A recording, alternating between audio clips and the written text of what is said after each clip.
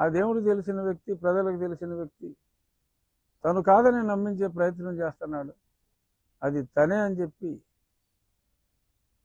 దేవుడికి, ప్రజలకి కూడా తెలుసు. చిన్నప్పటి నుంచి అన్నయ్య ఎంత దుర్మార్గుడైనా, ఎందుకనో పాపం ఆ పిచ్చి తల్లి షర్మిలకి అన్నయ్య అంటే విపరీతమైన అనురాగం. అందుకనే సీట్ ఇవ్వకపోయినా, ఎన్ని అన్యాయాలు చేసినా 2019 ఎలక్షన్లో కూడా కాళ్ళు అరిగేలా సహాయం చేసింది. థ్యాంక్లెస్ ఫెలో ఈ జగన్మోహన్ రెడ్డి.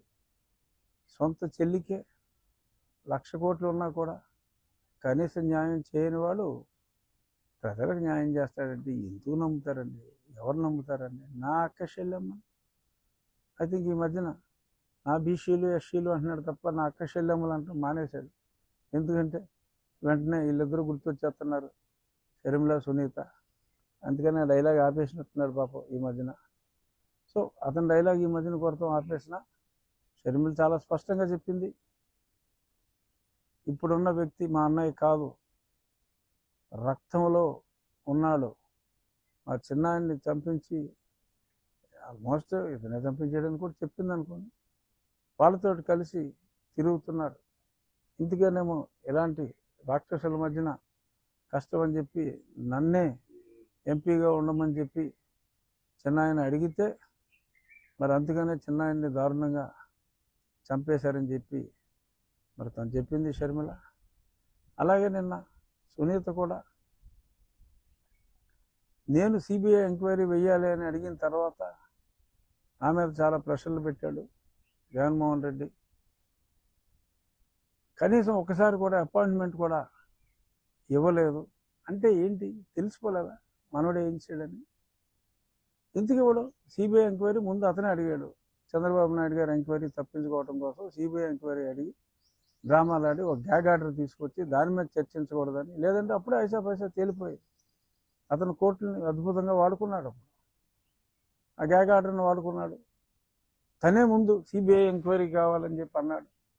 సిబిఐ లేకుండా వీళ్ళు ఎంక్వైరీ చేస్తే బట్టబయలు అవుతుందన్న భయంతో నిష్పక్షపాతంగా అడిగినట్టు ఏదో బిల్డప్ ఇచ్చి ముఖ్యమంత్రి అయిన వెంటనే కేసు ఏమీ తేల్చకుండా సీరియస్గా ప్రొసీడ్ అవుతున్న మహంతిని భయపెట్టి రాష్ట్రం వదిలి పారిపోయేలాగా చేసి ఐపీఎస్ ఆఫీసర్ని, యంగ్ బాయ్ని మరి ఎంత దారుణం చేసి సునీత కేసు వేస్తానంటే భయపెట్టి మాట్లాడించి తను చెప్పింది కూడా ఏమవుతుంది, నా మీద 12వ కేసు అవుతుంది అంటే అతనే కదా దీని వెనకాల ఉన్నదని ఒప్పుకున్నట్టే కదా.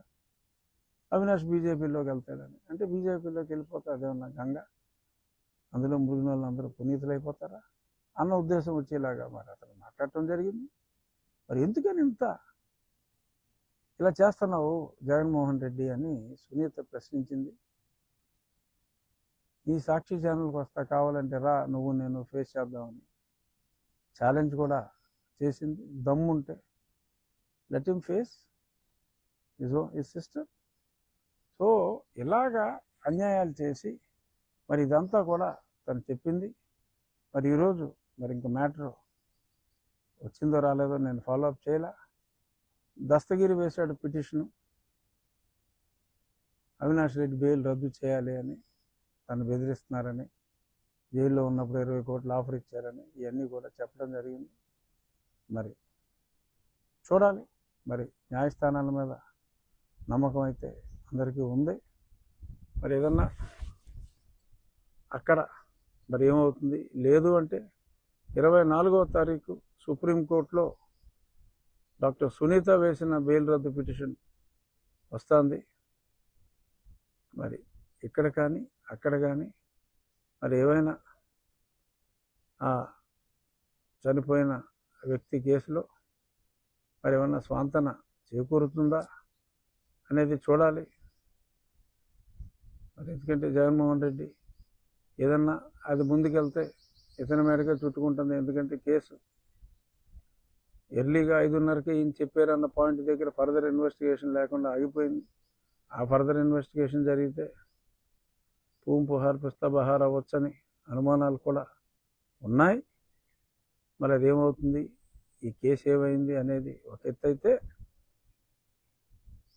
పులివెందుల్లో రామ్ సింగ్ మీద, సునీత మీద, రాజశేఖర రెడ్డి మీద, ఆమె భర్త, వీళ్ళ మీద కూడా ఆ కృష్ణారెడ్డి ఆ పిఏతో జగన్మోహన్ రెడ్డి అండ్ గ్యాంగ్ ఒక కోర్టులో మేజిస్ట్రేట్ దగ్గర ఫైల్ చేస్తే, ఆ మేజిస్ట్రేట్ గారు కింద పైన చూడకుండా పోలీసుల్ని ఒక సింగిల్ లైన్ ఆర్డర్ ఏదో ఇస్తే ఆ పోలీసులు ఎఫ్ఐఆర్ కట్టేసి మరి చాలా న్యూసెన్స్ చేశారు.